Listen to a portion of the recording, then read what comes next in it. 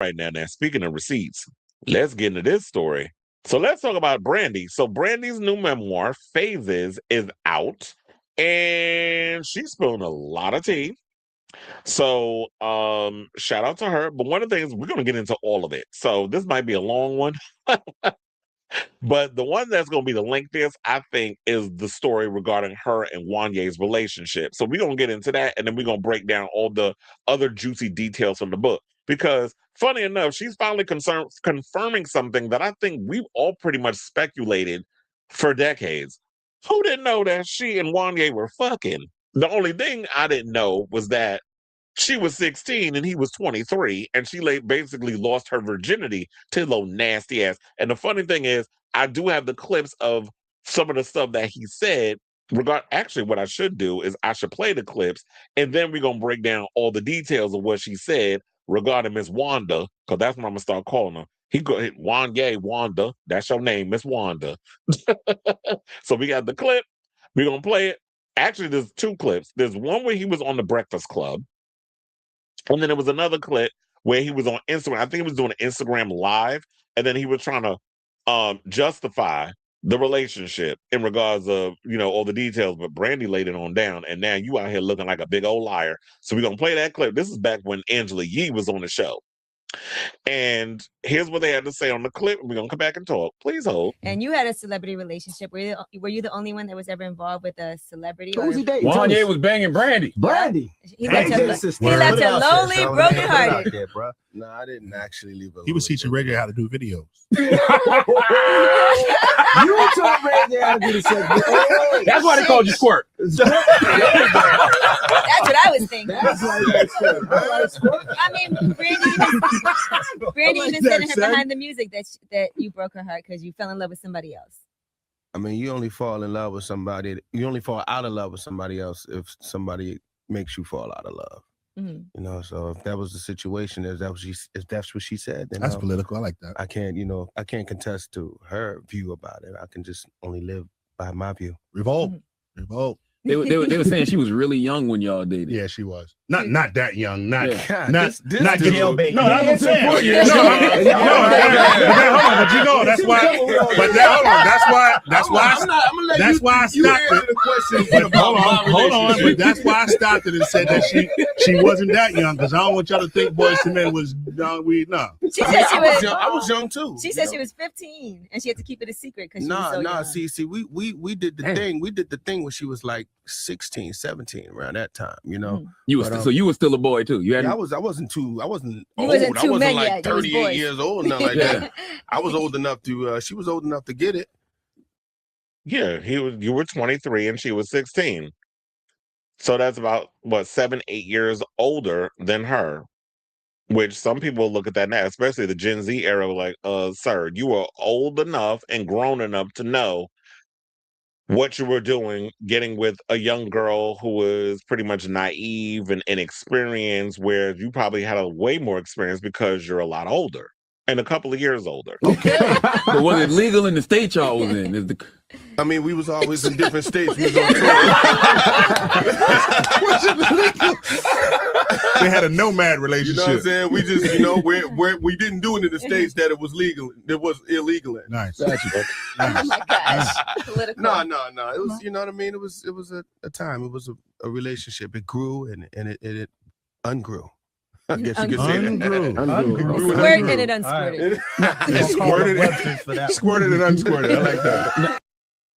What I found annoying about this whole situation is, why is Soup Coolers, I don't even know his damn name, why the other members of Boys to Men jumping in the conversation? It's like, it's not about y'all. Let Miss Wanda answer his own situation in regard to the situation. Why y'all jumping in? Mind your business. Let him talk. So that was kind of annoying me about the whole thing. Now, the next clip I'm going to show y'all is the one where he got on, I think it was Instagram Live, but it was on, I pulled it from like Twitter via TikTok or whatever, where he basically was talking about his relationship with Brandy and that sort of thing. But because it doesn't pull the whole clip, the stuff that leads to the clip I'm going to show y'all was basically him saying that how he became encountered with Brandy was the fact that at the time, I believe she was on Thea. her mother approached him and kind of saw him because she was a fan of Boyz II Men, that sort of thing, probably saw it as like a mentor situation. So he said she was kind of like my little protege. First of all, the way he was wording some of the stuff pissed me off because I was like, "Oh, my little protege." I was like, "What is she, a fucking puppy?" So literally, it was that sort of thing. And then I guess what happened, according to him, they fell in love and a whole bunch of other stuff. So we're gonna play what he had to say, and then we're gonna come back and talk. Please hold. So much. We've been hanging around each other so much that there became to be some sort of connection, an intimate connection. We actually fell in love. Now, we were young. That's what happens. You're young and you fall in love. You know what I'm saying? Especially when you have the ability to be around somebody a lot, you begin to know things about them. You know what I mean? And they know things about you.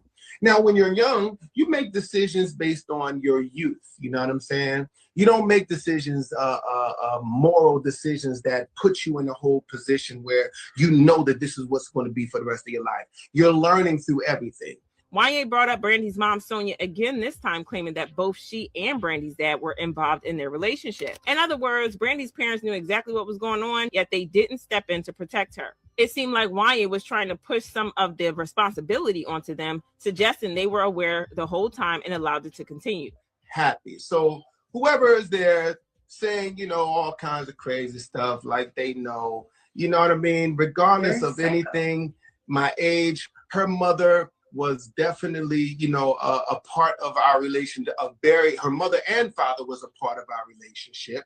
They allowed me to guide Brandy and to help her through her career. They understood that we had grown close, and that's what it was. You know what I'm saying? So he's talking about the business aspect, but you're not alluding to the fact, did they know that y'all had a relationship? I'm not talking about a business relationship. Did you have a relationship, meaning that y'all were boyfriend and girlfriend? Because he also mentioned something about taking her to the prom. And so I said, well, wait a minute, wasn't it Kobe Bryant that took her to the prom, or did she take Kobe Bryant to his prom? I'm trying to remember what it was. So at the time, we all thought like, yeah, we knew that there was a thing going on between her and Wanye, but also I noticed that there was like a little dating situation with her and Kobe. But anyway, let's back to what he had to say. Wait, what happened to the clip? It just like closed on me. Hold on, now I gotta find it again. Where's she at?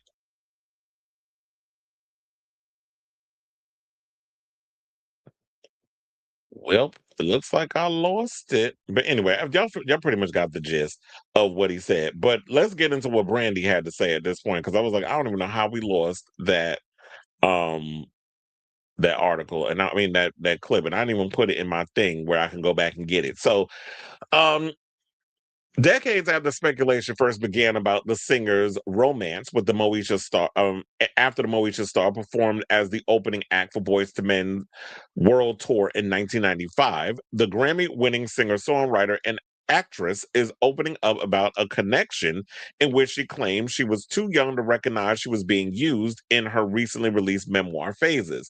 Although Wanye Morris has long denied rumors that he and Brandy began a relationship when the singer was a teen star, Brandy writes that her relationship with the Boyz II Men member started when she was 16 and he was 22, a year after they met, and Morris became her mentor. The singer writes that Morris began to call and check in on her regularly, offering advice as an anchor and confidant to the up-and-coming star after she joined the group on tour. However, the pair got closer, saying, quote, what had begun as admiration had transformed into something else, Brandy writes. It seems to me that he weaponized my admiration, shaped my friendship into dependence, my respect into desire. I felt swept up in a current I couldn't control. End quote.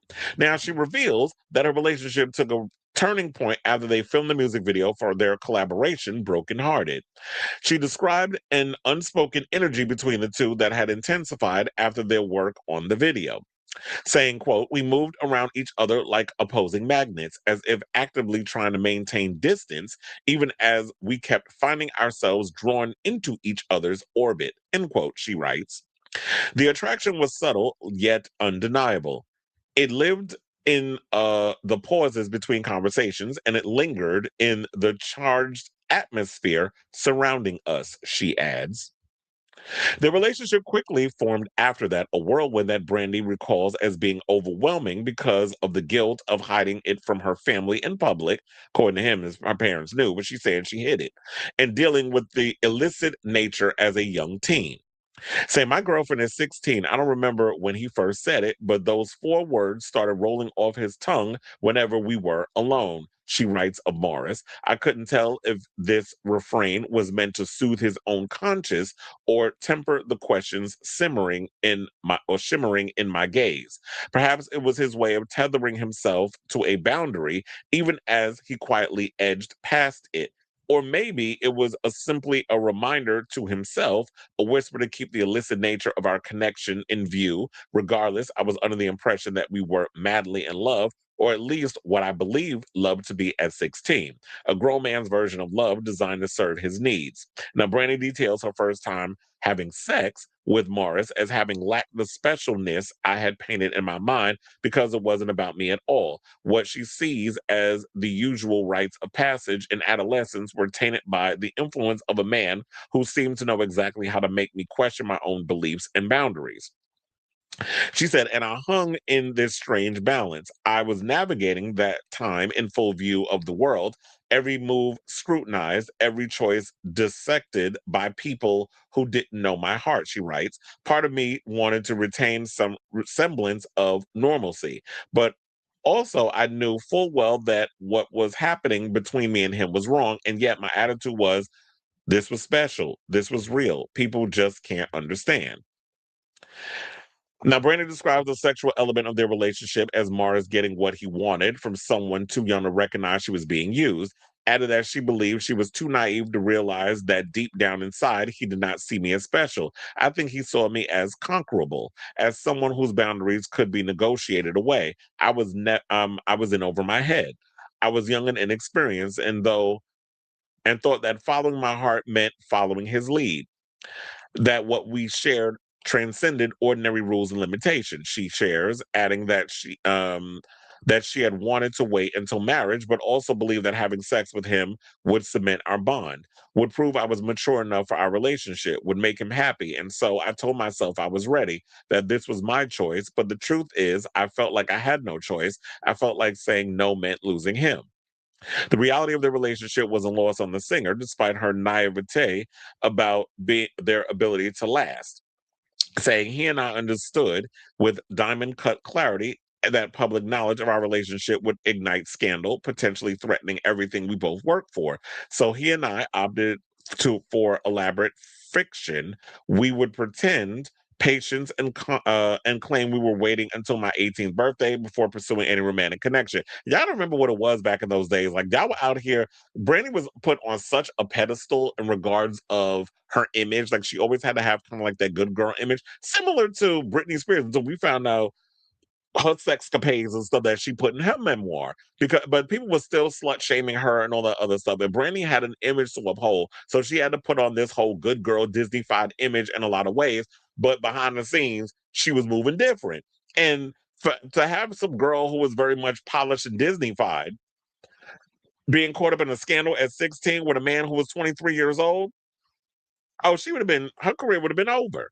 So in those days, even though they were pushing sex and pushing all these things, you had to kind of maintain this whole conservative image in order to get by, especially the way this power hungry and just hungry in general media treats celebrities.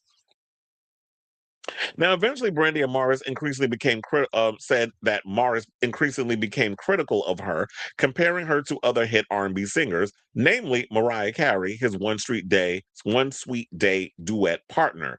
He was also increasingly hard to track down, and she was required to page him prior to calling.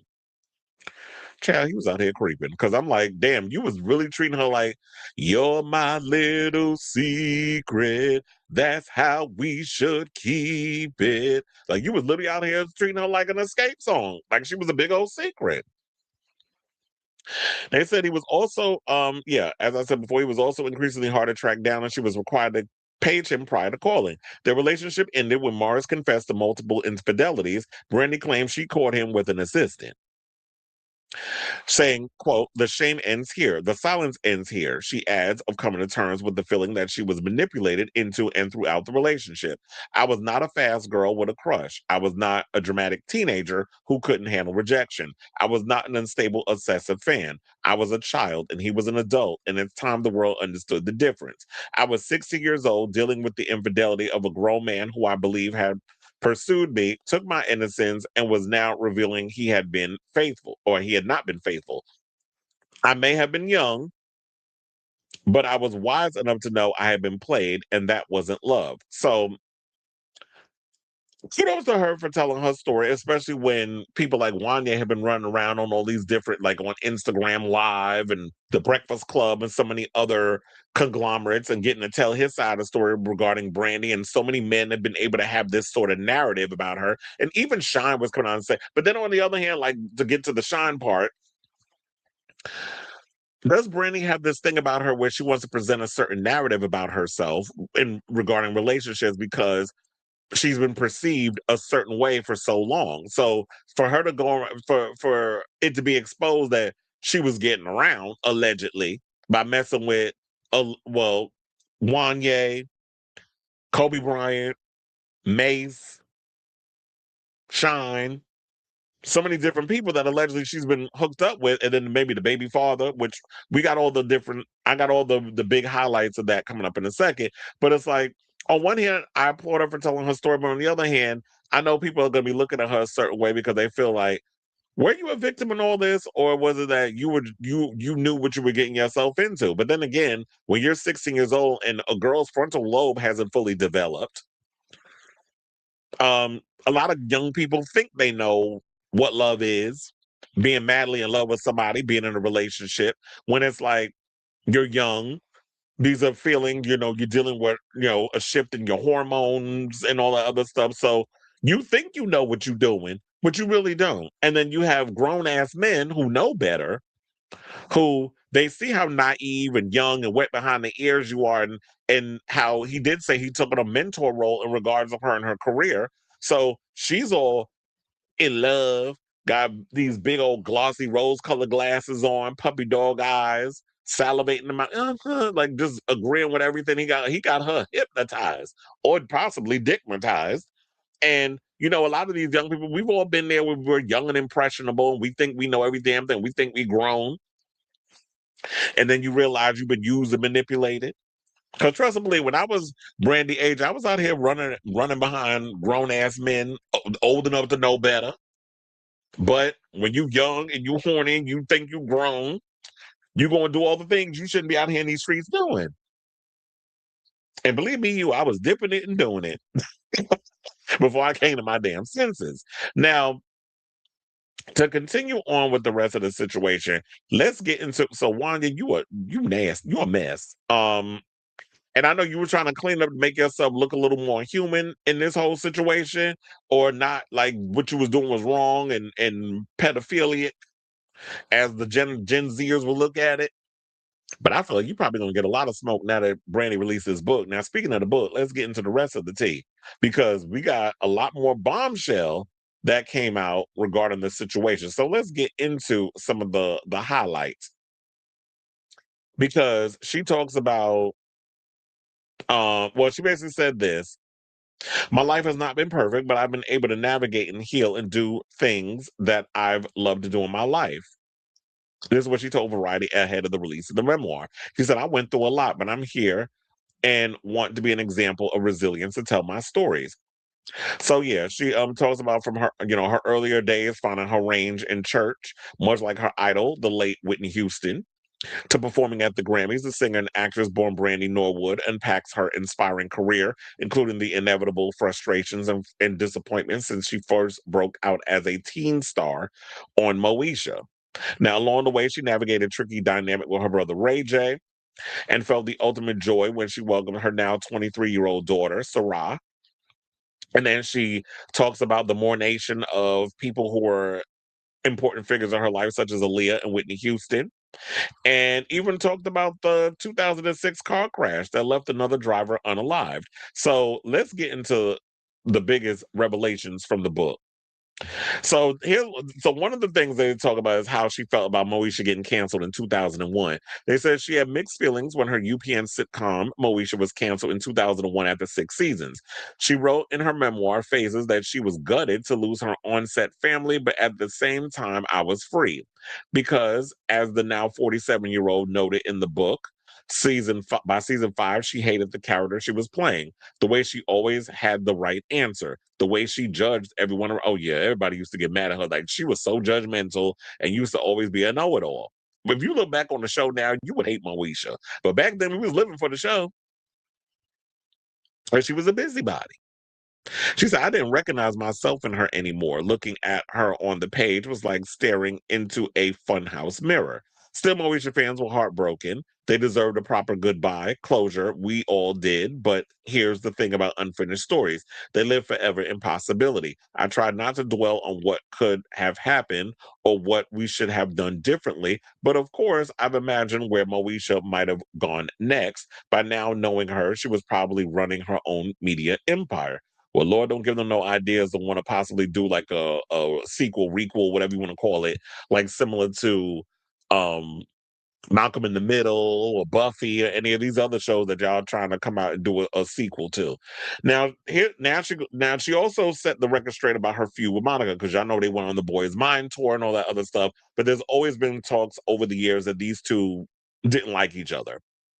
Now, despite the feud narrative that preceded their collaboration, solidarity isn't a story the industry wants to sell. Brandy wrote that she immediately thought of Monica to join forces with on The Boy Is Mine, their smash hit 1998 duet. They had an incredible time creating together, she wrote. In turn, Brandy was crushed when Monica recut her vocal with producer Dallas Austin, but she also understood. Then, without warning, Arista Records head child, this queen, Clive Davis, announced Monica's album would be called The Boy Is Mine, which to Brandy felt like a calculated move to claim ownership of the song, the very thing the lyrics protested against. The now dueling album releases poured kerosene on the flames of our supposed feud, Brandy wrote. I blame Monica before I knew the full story. Neither of us truly wielded much power in those days. That's always been the case when it comes to like groups or girl groups or female artists. There's always the labels that like to create this rivalry where they want to pit girls against each other, and us as fans, we eat it up. We gotta choose a side. We team Brandy, team Monica, or whatever. But it's the labels, particularly messy ass Clive, who like to start these messes and stuff. Oh, I'm gonna call the album "The Boy Is Mine." You can't call an album after a song that I presented to your artist to help to co-record on. How you gonna call it that your album? Just these labels being messy, not realizing that yes, when you're someone who's tied to a major label, you really don't have control over or say so in the decisions, unless you get to a point where you sold 500. I'm gonna just throw a number: $500 million records. I mean, 500 million records worldwide, and they know that you making this label so much money, and you know your cachet and where you stand, that it's like you got the leverage. So then you're gonna come out and say, "No, this is what I want, and you can't use this, and this." Then it gets to that point. So now they also said when they were invited to perform in the Tonight Show, Monica had a scheduling conflict and Brandy sang both parts. The optics were problematic at best, she admitted. By the time they performed at the 1998 MTV VMAs, the non-existent rivalry had boiled over into genuine tension, driving a wedge between us that would take years to remove. Now, Monica said on CBS Mornings that she and Brandy reunited for the Boy Is Mine tour. It started as nothing, and it really did turn into something. But she noted, I was 18, she was 17 when we did the record. People forget that you're having this conversation about children, basically. And you also got to think, it's like, yeah, with all that stuff going on, nobody's communicating with each other. It's going to become a bigger thing. And I feel like, in a way, if you really think about it, the Boy Is Mine tour was them to basically take back the narrative that the label had created between these two girls, in regards of trying to create this fake rivalry because they want to sell records. And because Brandy is the biggest star in R&B, you need to have a rival. They do it with the rap girls too. So then they also got into why she lied about being married to her daughter's father. Now, when Brandy got pregnant with her and music producer Robert Big Bert Smith's daughter, Sarah, in 2001, Robert suggested that they tell people they were married if asked. She said, I understood it. The good girl narrative had been stitched into my, didn't I mention that earlier? Had been stitched into my public persona, demanded a specific sequence, marriage first, then motherhood, when Brandy got pregnant. At the time, telling that one little white lie seemed so harmless.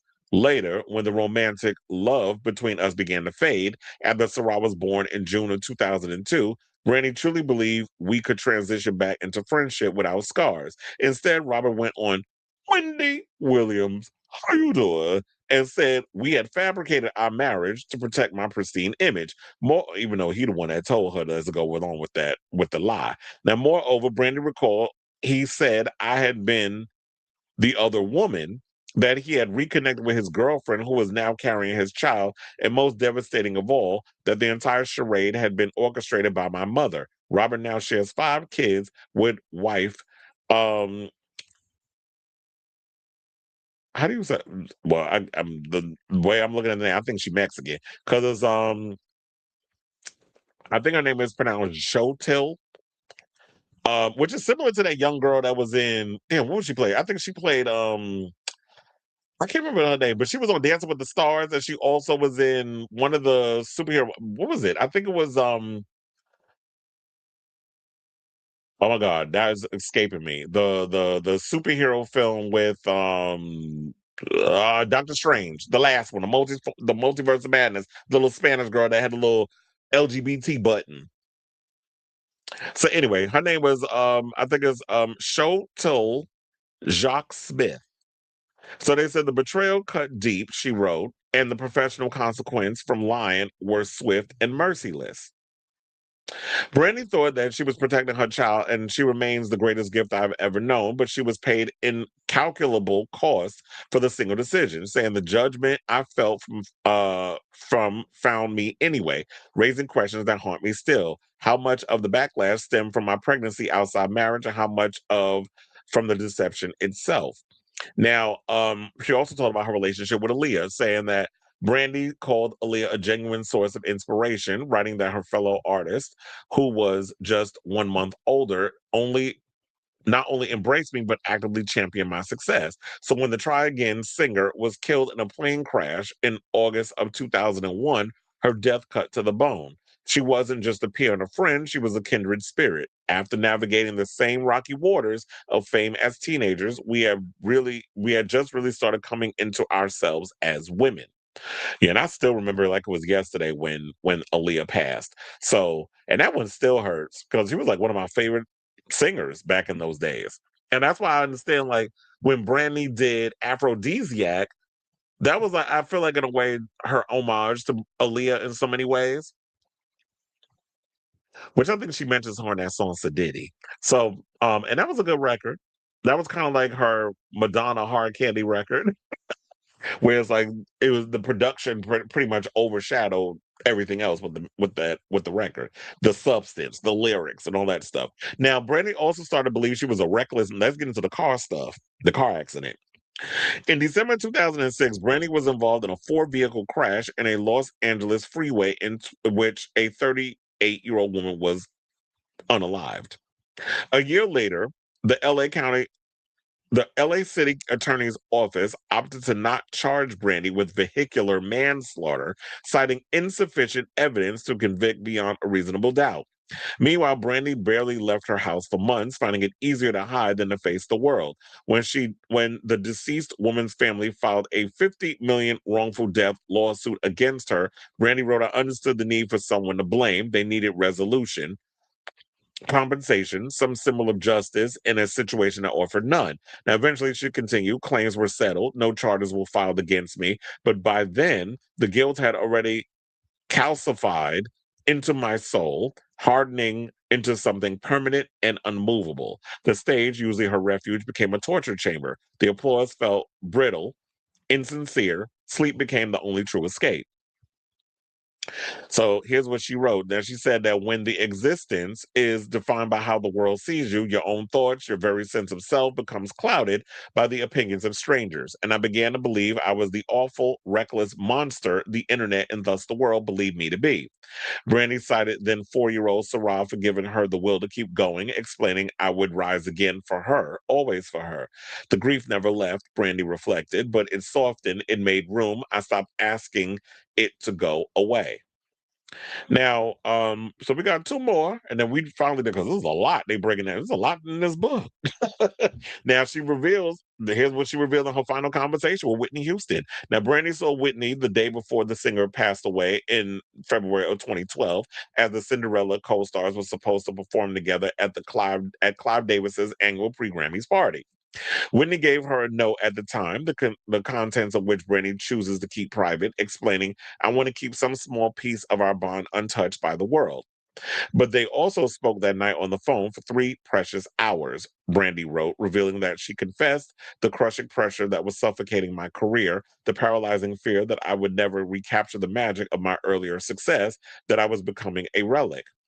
Whitney scattered baby and sweetie throughout her sentences, like musical notes, as she returned every topic, no matter how dark, back to faith. Brandy continued.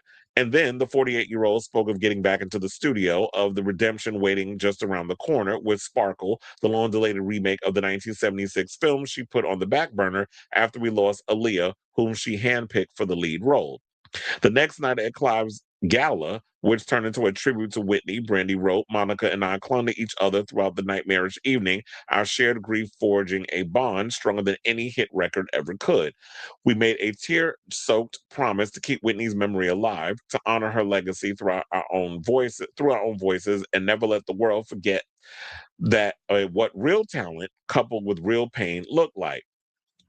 Now, last but certainly not least, let's get into her relationship with Ray J, where she said that she basically had guilt over the fact that Ray J wasn't as successful as she was. Now, Brandy and Ray J have always been each other's compass, she wrote, pointing true north to the world spins chaotic, and we still are. As far as she's concerned, her 45-year-old brother, born William Ray Norwood Jr., didn't get the flowers he deserved. So there's a particular kind of heartache that comes from watching someone you love be overlooked, Brandy wrote, referring to the lackluster sales of Ray J's 1997 debut, Everything You Want.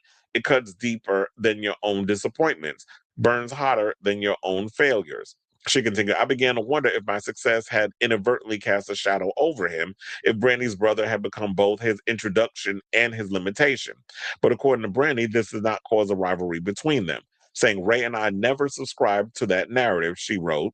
We'd hear stories about famous siblings tearing each other apart, like Hillary and Haley Duff, over record releases and film opportunities, and we shake our heads in disbelief. That darkness never found purchase between us. We're still each other's best friend. We still are each other's biggest fan. We are still Ray J and Brandy, R&B, finding our way through this complicated world together.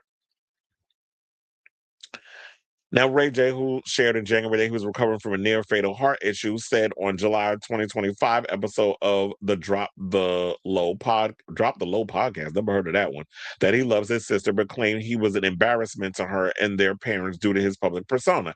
And he was like, I got to do me, you know? But here's the thing with Brandy, and I understand she probably has, I'll call it survivor's guilt in that way, because she was the more successful member of the Norwood family, and he basically is Ray J. But Ray J chose the side that he wanted to be on. He became more infamous than famous. And yes, he could sing. I don't feel like he really applied himself to the music. Because I'm sitting there like, yeah, you weren't out here selling like your peers like a Chris Brown or a Tyrese or a Tank and all of them, because you was doing R&B and stuff. You had 2 good songs, One Wish and Wait a Minute. We know those songs, we live for them. But you decided to choose mess and infamy as a way to stand out versus your sister doing more of the demure and mindful type of situation. You could have, I kind of wish that Brandy and Ray J would have taken more of a Beyonce Solange type situation, where it's like, what did they do in order for Solange to not feel that, okay, Beyonce became the bigger artist and all that other thing? From what we remember, we talked about it on here. We were talking about Mama Tina's Gumbo, sending everybody to the damn hospital. That what it transpired with that was or not with that. I think I just kind of felt my brain said throw that stray. But no, that was around when we were talking about the whole Jules thing, and Jules trying to basically have an identity crisis because he can't figure out who he is. And so now, because your mother and your aunt got the talent and you just you trying to figure out how you can navigate through the stuff, and you still haven't figured that out. Now you out here looking like Boo Boo the Fool that's going through an identity crisis. You don't know what you like sexually. You don't know if you might be a closet homosexual or whatever the case is. But then that's neither here nor there.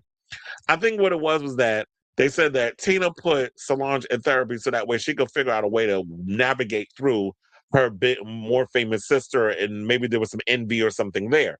I think maybe that's what it should have happened as well, is that Ray J should have been in therapy and trying to figure out how I can navigate through who am I? What is my identity outside of me being Brandy's little brother? Because Ray J is talented, but now he's running around here doing his Zeus type stuff with Tronics and got his little different businesses, which is good with that. But then you out here getting in situations with the mother of your children and pulling stunts and shows with blood coming out your eyes and doing all this crazy stuff for attention. And then because you became famous off the sex tape with Kim Kardashian. So it'd be nice if Ray J could have carved out his own thing, and he literally figured out a way to carve out himself, and it's the mess that he's doing now. But like he said, I got to do me. But I also feel like, Brandy, you shouldn't feel guilty because your career is what it is, and your brother's career is what it is. He's got to be, at the end of the day, he grown. Y'all are both in your 40s. He's got to take responsibility for his own stuff and figure out who he is as an individual, as an artist. And yeah, that's basically it. So yeah, I know it was a lot, but it was a lot to break down regardless of the book. Now, I will say this, even though I told y'all a lot of the juicy details, I'm sure there's way more up in there. Definitely get your hands on a book if you're a Brandy fan. It's a good thing to have. Speaking of which, I got to sit and order me the book because I was like, I kept forgetting. I kept meaning to get the book and I kept forgetting about it. Now that it's out, I'll go and order the book and take the time to read it because I love a good memoir. I don't like a biopic, but I love a good memoir. So the last memoir I think I got was the Britney one. So I definitely want to get Brandy because I'm a fan. So I definitely want to hear from y'all. What do you guys think of all the tea that I just spilled regarding what's in the Brandy memoir, as well as Wanye messy ass out here and Brandy exposing him for the liar that he is, because he tried to make himself come out looking victorious in this situation. She's like, I'm tired of y'all trying to be able to have a narrative on my life, and you out here doing the misogynistic stuff and making me out here like I'm the messy one. I was out here messing with someone who was in a relationship and all this other stuff. It's like, no, y'all was out here being dogs, and because of the times, we were very much in those days, very much like the girl's a slut and the guy comes out victorious. We've seen what they did in regards to how they treated Britney and how Justin came out looking victorious and a lot of stuff when he was out here cheating and being a low down dirty dog because you want to be cool and you want to hang with the big boys and all that other stuff. And now it seems like the same thing with Wanye and all of them. Y'all putting all the stuff on Brandy, but when you going to take responsibility as a man for what you contributed to the relationship, being 20 some odd years old, hooking up with a 16-year-old, knowing full on well, if you're aware of the shame and vitriol that came with that in the personal situation, then publicly you knew what you was getting yourself into. So it takes two to tango, and you just as much to blame as she is. So I definitely want to hear from y'all. If you read the book, do you have the book? What are your overall thoughts on the book? Whatever your thoughts are, let me know in the comments down below.